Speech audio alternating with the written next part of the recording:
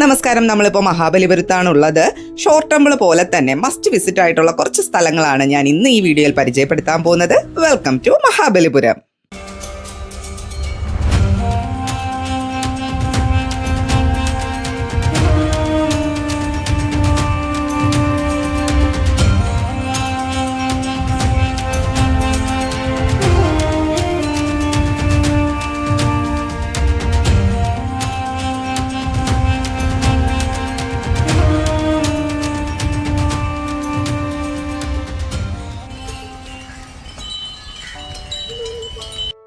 മഹാബലിപുരത്ത് നമുക്ക് കാണാൻ പറ്റുന്ന പ്രധാന ആകർഷണങ്ങളിൽ ഒന്നാണ് നമ്മളിപ്പോൾ കാണാൻ പോകുന്ന അർജുനന്റെ തപസ് എന്നറിയപ്പെടുന്ന വിസ്മയകരമായിട്ടുള്ള ശിലാശില്പം. ഇത് കാണാനായിട്ട് നമുക്ക് പ്രത്യേകിച്ച് ടിക്കറ്റിന്റെ ആവശ്യമൊന്നുമില്ല. കാരണം ഇത് റോഡ് സൈഡിൽ തന്നെയാണ് സ്ഥിതി ചെയ്യുന്നത്. അതുകൊണ്ട് രാവിലെ 6 മണി തൊട്ട് വൈകിട്ട് 6 മണി വരെയൊക്കെ നമുക്കിത് വിസിറ്റ് ചെയ്യാവുന്നതാണ്. ഏകദേശം 1500 വർഷങ്ങൾക്ക് മുന്നേ പല്ലവ രാജാക്കന്മാരാണ് ഈ ഒരു ശിലാശില്പം ഇവിടെ നിർമ്മിച്ചത്. ശരിക്കും ഇത് നേരിട്ട് കാണാൻ എന്തൊരു ഭംഗിയാണെന്നോ. ഒരു 100 അടി വീതിയും 45 അടി ഉയരമുള്ള ഒരു വലിയ പാറയിലാണിത് കൊത്തിയിരിക്കുന്നത്. ഇതിനകത്ത് പ്രധാനമായിട്ട് 2 കഥകളാണ് വിവരിച്ചിട്ടുള്ളത്. ഒന്നാമത്തേത് കുരുക്ഷേത്ര യുദ്ധസമയത്ത് അർജുനൻ തപസ് ചെയ്തിട്ട് ശിവനിൽ നിന്നും പാശുപതാസ്ത്രം നേടിയെടുത്ത ഒരു കഥയുണ്ട്. രണ്ടാമത്തേത് ഭഗീരഥൻ തന്റെ പൂർവികരുടെ ശാപമോക്ഷത്തിനായിട്ട് ഗംഗാനദീനെ ഭൂമിയിലേക്ക് എത്തിച്ച ഒരു കഥയില്ലേ, അതാണ്. അത്ഭുതകരമായ ഈ ഒരു കലാസൃഷ്ടി നോക്കിക്കഴിഞ്ഞാൽ നമുക്കതിനകത്ത് മനുഷ്യരെയും മൃഗങ്ങളെയും സന്യാസിമാരെയും ദേവന്മാരെയും ഒക്കെ തന്നെ കാണാനായിട്ട് പറ്റും. ഇവിടെ നമ്മൾ ഇനി ഒരു ഗ്രൂപ്പ് ഓഫ് മോണുമെന്റ്സ് ആണ് കാണാൻ പോകുന്നത്. ഇവിടെ നമുക്ക് ടിക്കറ്റ് എടുക്കാനായിട്ട് പറ്റും. ഒരു കാര്യം നോട്ട് ചെയ്യാന്ന് വെച്ചാൽ സെയിം ടിക്കറ്റ് യൂസ് ചെയ്ത് തന്നെ നമുക്ക് ഷോർട്ട് ടെമ്പിളും 5 രഥാസും കാണാൻ പറ്റും. നമ്മളിപ്പോൾ കാണാൻ പോകുന്നത് ചരിത്രത്തിനും പ്രകൃതിക്കും സയൻസിനും ഒക്കെ തന്നെ ഒരു അത്ഭുതമായിട്ടുള്ള കൃഷ്ണാസ് ബട്ടർ ബോൾ ആണ്. 250 ടൺ ഭാരമുള്ള ഒരു ഗ്രാനൈറ്റ് പാറയാണത്. അത് കണ്ടില്ലേ, ഒരു ചരിഞ്ഞ പ്രതലത്തിലാണ് നിൽക്കുന്നത്. അതും 1500 വർഷങ്ങളായിട്ട് അങ്ങനെ തന്നെ ഒരല്പം പോലും തെന്നി മാറാതെ അങ്ങനെ നിൽക്കുവാണത്. ഒരാള് ഭയങ്കര ഇൻട്രസ്റ്റിൽ പോവാണേ.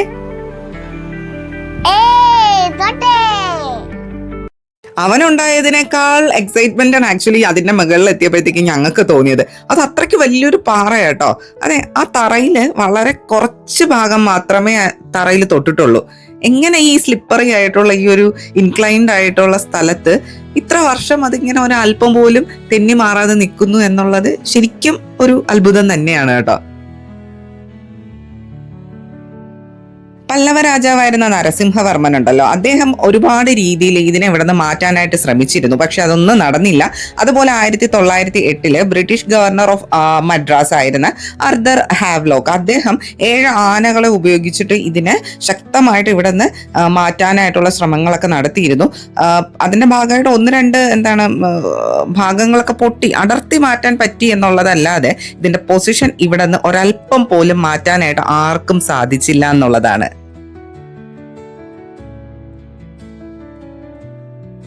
അതിന്റെ തൊട്ടടുത്ത് തന്നെയുള്ള മറ്റൊരു പ്രകൃതിദത്തമായിട്ടുള്ള അത്ഭുതമാണ്. കണ്ടു നോക്കിക്കേ, 2 വമ്പൻ പാറകളാണ്. അവന്മാര് പരസ്പരം ഇങ്ങനെ ഒരാള് മറ്റൊരാളെ താങ്ങി നിർത്തിയിരിക്കുന്ന പോലെ ഇങ്ങനെ ലീൻ ചെയ്തിട്ടാണ് നിൽക്കുന്നത്. എന്തൊക്കെയല്ല ഈ ഭൂമിയിലുള്ള ഓരോരോ അത്ഭുതങ്ങള്. നമുക്ക് അറിയാൻ പറ്റാത്തതും ഉത്തരം കണ്ടെത്താൻ പറ്റാത്തതുമായിട്ടുള്ള ഒരുപാട് കാര്യങ്ങളുണ്ട് കേട്ടോ. അതൊക്കെ നേരിട്ട് കാണുമ്പോൾ അതൊക്കെ മനസ്സിലാക്കുമ്പോൾ ഉള്ള ഒരു ലഹരിയുണ്ട്. അതാണ് ഞങ്ങളുടെ യാത്രയിൽ ഞങ്ങൾ ഏറ്റവും അധികം എൻജോയ് ചെയ്യുന്നത്. വായോ, അതിന്റെ ഉള്ളിലുള്ള കാഴ്ചയും കൂടെ ജസ്റ്റ് ഒന്ന് കാണിച്ചു തരാമേ. കണ്ടില്ലേ, കുറച്ച് ഇടുങ്ങിയ രീതിയിലുള്ള ഒരു ചെറിയ ഗുഹ പോലെ ഇങ്ങനെ നടന്നു പോകാൻ പറ്റുന്ന ഒരു സ്പേസ് ആണ് അതിനുള്ളത്. നടുക്ക് പാറയുടെ തന്നെ ഒരു വലിയ പ്ലേറ്റ് പോലുള്ള ഒരു ഭാഗം ഇങ്ങനെ അടർന്നു പോയതാണോ അതെനിക്ക് ക്ലിയർ ആയിട്ട് അറിയത്തില്ല. അങ്ങനെ ആ ഒരു ഇത് വെച്ചിട്ട് ക്ലോസ് ചെയ്തേക്കുവാണ് അവിടെ. അപ്പൊ നമുക്ക് അപ്പുറത്തേക്ക് ഇറങ്ങി പോകാനായിട്ട് പറ്റില്ല. അവിടുത്തെ ഒരു ആംബിയൻസ് ഒക്കെ കാരണം ഒരുപാട് പേര് വന്ന് റീൽസും ഫോട്ടോസും ഒക്കെ എടുക്കുന്നുണ്ട്. ഈ പാറകൾക്കിടയിലൂടെ നമ്മൾ ചെന്നെത്തുന്നത് മറ്റൊരു പ്രധാനപ്പെട്ട സ്മാരകത്തിലാണ്. ഇങ്ങനെ പടവ് കയറി പോകാൻ പറ്റുന്ന രീതിയിലുള്ള ഒരു ജലസംഭരണിയോ അല്ലെങ്കിൽ തീർത്ഥക്കുളമോ എന്തോ ആണ് ഈ ക്ഷേത്രമായിട്ട് ബന്ധപ്പെട്ടിട്ട് ഇതിന്റെ ഫ്രണ്ടിൽ സ്ഥാപിച്ചിട്ടുള്ളതാണ്. ഒരൊറ്റ വലിയ ഗ്രാനൈറ്റ് പാറയിൽ 3 ഭാഗങ്ങളായിട്ട് കൊത്തിയെടുത്തിട്ടുള്ള ഒരു ക്ഷേത്രമാണ് ഇത്.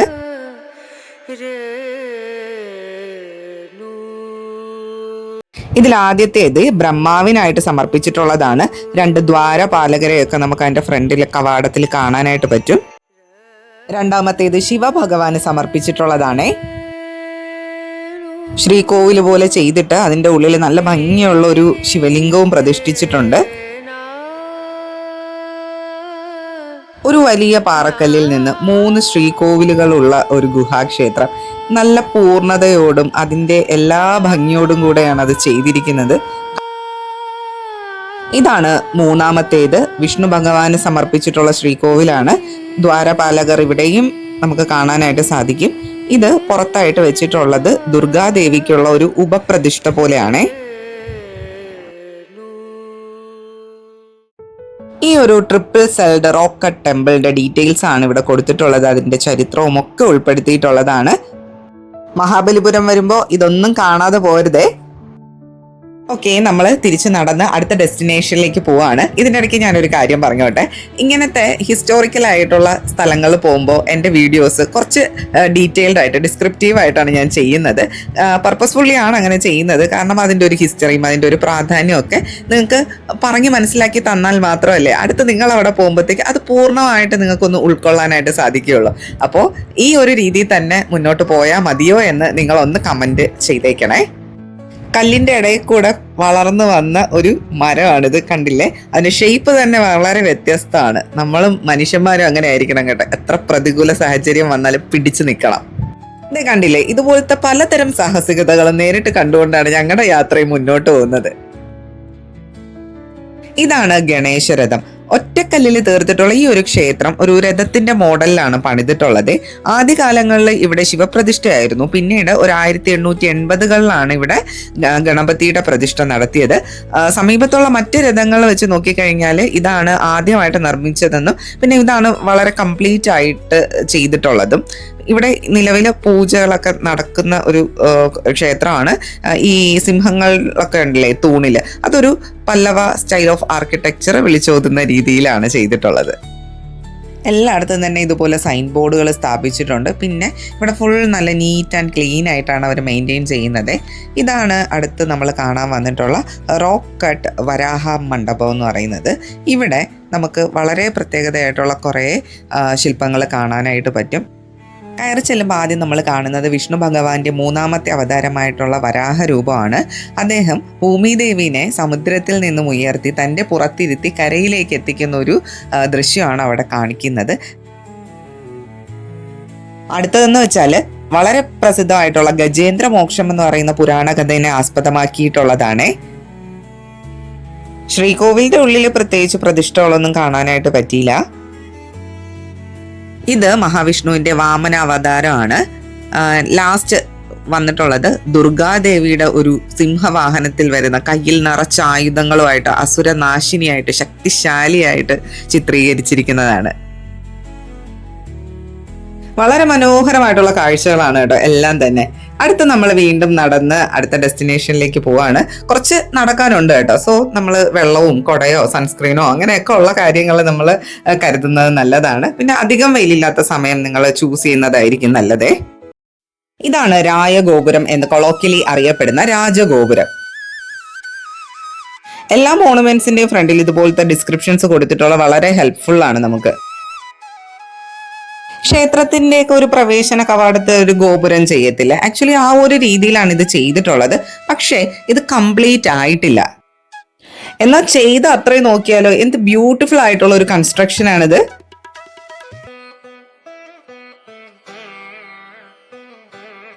ഇതിൻ്റെ ഹൈറ്റ് നോക്കിക്കുക. വളരെ ഉയരമുള്ള പാറക്കെട്ടുകൾ കൊണ്ടാണ് ഇത് നിർമ്മിച്ചിരിക്കുന്നത്. അൺഫിനിഷ്ഡ് മോണുമെന്റ്സ് എന്ന് പറയുന്ന കാറ്റഗറിയിലാട്ടോ ഇത് ആർക്കിയോളജിക്കൽ സർവേ ഓഫ് ഇന്ത്യ സംരക്ഷിക്കുന്നത്. ചരിത്രകാരന്മാർ പറയുന്നതെന്ന് വെച്ചാൽ പല്ലവ ഭരണാധികാരികൾ മഹാബലിപുരത്തെ ഒരു മഹത്തായ ക്ഷേത്ര നഗരമാക്കാൻ ശ്രമിച്ചതിന്റെ ഭാഗമായിട്ടാണ് ഇവിടെ ഈ വിപുലമായിട്ടുള്ള രാജഗോപുരത്തിന്റെ നിർമ്മാണം ആരംഭിച്ചത്. എന്നാൽ ഭരണകാലത്ത് വന്ന മാറ്റങ്ങളോ ആക്രമണങ്ങളോ അല്ലെങ്കിൽ മറ്റ് തടസ്സങ്ങളോ ഒക്കെ കൊണ്ടാകാം ഇതിന്റെ നിർമ്മാണം ഇങ്ങനെ പൂർത്തിയാകാതെ പോയതെന്നാണ് പറയുന്നത്. നല്ല ഭാരമുള്ള പാറകൾ ഉപയോഗിച്ചിട്ടാണോ ഇതിന്റെ ബേസ് നല്ല കനത്തിൽ ചെയ്തിട്ടുള്ളത്. പല്ലവന്മാരുടെ ആസൂത്രണ മികവിന്റെയും ശില്പശക്തിയുടെയും ഒക്കെ ഒരു ഉദാഹരണമാണിത്. പൂർത്തിയാകാത്ത സ്വപ്നത്തിന്റെ അടയാളമായിട്ട് മഹാബലിപുരത്തിന്റെ മണ്ണിൽ ഇത് വളരെ വ്യത്യസ്തമായിട്ട് നിലനിൽക്കുന്ന ഒരു മോണുമെന്റ് ആണ്. അങ്ങനെ ഇവിടുത്തെ കാഴ്ചകളൊക്കെ കണ്ടിട്ട് നമ്മൾ ഇറങ്ങാൻ പോവാണ്. എന്നാൽ മഹാബലിപുരത്തിന്റെ കാഴ്ചകൾ ഇനിയും ഒരുപാടുണ്ട്. ഞാൻ ഓൾറെഡി ഷോർട്ട് ടെമ്പിളിന്റെ ഒരു വീഡിയോ ചെയ്തിരുന്നു, അത് ഞാൻ ഇവിടെ കൊടുത്തിരിക്കാം. നിങ്ങൾക്ക് താല്പര്യമുണ്ടെങ്കിൽ അതും കൂടെ ഒന്ന് കണ്ടേക്കണേ. അങ്ങനെ നമ്മൾ റൂമിലൊക്കെ പോയി ഒന്ന് ഫ്രഷപ്പ് ആയി ചെക്കൗട്ടൊക്കെ ചെയ്തിട്ടാണ് ഇപ്പോൾ പഞ്ചരഥാസ് വിസിറ്റ് ചെയ്യാൻ വന്നിട്ടുള്ളത്. നമ്മുടെ എല്ലാ ടൂറിസ്റ്റ് പ്ലേസസും പോലെ ഇവിടെ ഒത്തിരി വഴി കച്ചവടങ്ങളുണ്ട്. നല്ല കളർഫുൾ ആയിട്ടുള്ള ഒത്തിരി സാധനങ്ങൾ നമുക്ക് ഇവിടെ വാങ്ങാനായിട്ട് പറ്റും.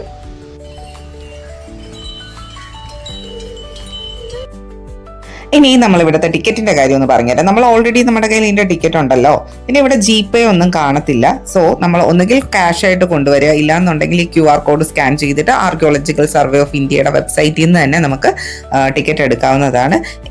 ഒരു ടിക്കറ്റ് തന്നെ ഇങ്ങനെ പല സ്ഥലത്ത് ഉപയോഗിക്കാം എന്നുള്ള ഒരു കാര്യം അവർ നമുക്ക് പറഞ്ഞു തരത്തേയില്ല. അതുകൊണ്ട് നിങ്ങൾ തന്നെ അതൊന്ന് ഓർത്ത് വെച്ചേക്കണേ. 5 രഥാസ് അഥവാ പഞ്ചരഥങ്ങൾ. രഥം എന്ന് കേൾക്കുമ്പോൾ നമ്മൾ വിചാരിക്കും ആനയോ കുതിരയോ ഒക്കെ വലിച്ചുകൊണ്ട് പോകുന്ന അങ്ങനത്തെ രീതിയിലുള്ള ഒരു സ്ട്രക്ചർ ആയിരിക്കും എന്നല്ലേ. പക്ഷെ അല്ല.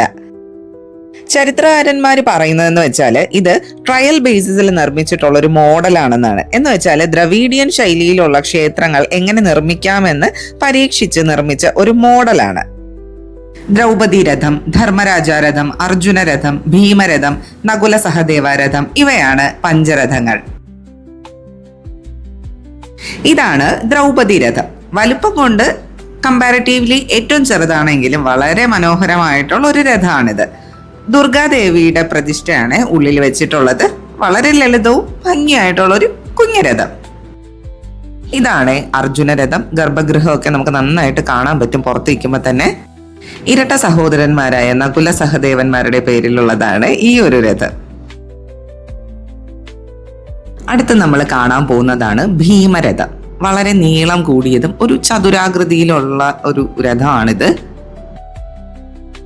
അതിന്റെ മേൽക്കൂര കണ്ടോ, നീളമുള്ള ഒരു ഗോപുരം പോലെയാണ് പണിതിട്ടുള്ളത്. നല്ല ഭംഗിയുണ്ട് അതിന്റെ കൊത്തുപണികളൊക്കെ കാണാനായിട്ട്. മറ്റു രഥങ്ങളെ പോലെ തന്നെ ഒറ്റക്കല്ലിൽ തന്നെയാണ് ഈ ഒരു വലിയ രഥവും കൊത്തിയെടുത്തിട്ടുള്ളത്. നിങ്ങൾക്ക് കാണാൻ പറ്റുന്നുണ്ടല്ലോ, വലിയൊരു വരാന്തയുണ്ട് ഇതിൻ്റെ ഉള്ളിൽ കൂടെ തന്നെ. നമുക്കത് വഴി നടന്നു പോകാനായിട്ട് പറ്റും ഈ തൂണുകളുടെ ഇടയിലൂടെ. മറ്റ് രഥങ്ങളിൽ വെച്ച് നോക്കുമ്പോൾ ഒരു വലിയ ഡിഫറൻസും ഇത് തന്നെയാണ്. ഈ ഒരു ഇടനാഴി പോലുള്ള ഒരു സ്ട്രക്ചർ ഇതിന് കൊടുത്തിട്ടുള്ളത്. ഇവര് പണ്ട് കാലത്തുണ്ടല്ലോ ഈ ഓരോ രഥത്തിനും ഏറ്റവും മികച്ച രീതിയിലുള്ള ഓരോ പരീക്ഷണങ്ങളാണ് നടത്തിയിട്ടുള്ളത്, എങ്ങനെ ഡിഫറൻസ് കൊണ്ടുവരാമെന്നുള്ളത്. ഒരൊറ്റ കല്ലിലാണല്ലോ ഇതെല്ലാം ചെയ്തെടുത്തിരിക്കുന്നതെന്ന് ഓർക്കുമ്പോൾ നമുക്ക് അതിശയം തോന്നും സത്യം പറഞ്ഞാല്.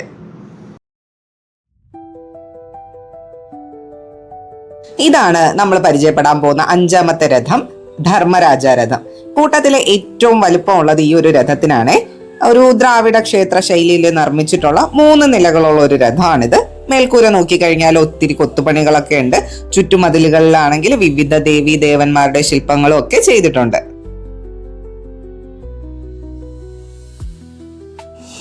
ഈ ഒരു വ്യൂവിൽ നോക്കിക്കഴിഞ്ഞാൽ 4 രഥങ്ങൾ ഇങ്ങനെ നിരനിരയായിട്ട് നിൽക്കുന്നത് കാണാം. അർജുനന്റെ രഥത്തിന്റെ ഓപ്പോസിറ്റ് ആയിട്ടാണ് നകുല സഹദേവന്മാരുടെ രഥം, അത് അപ്പുറത്തെ സൈഡാണ്.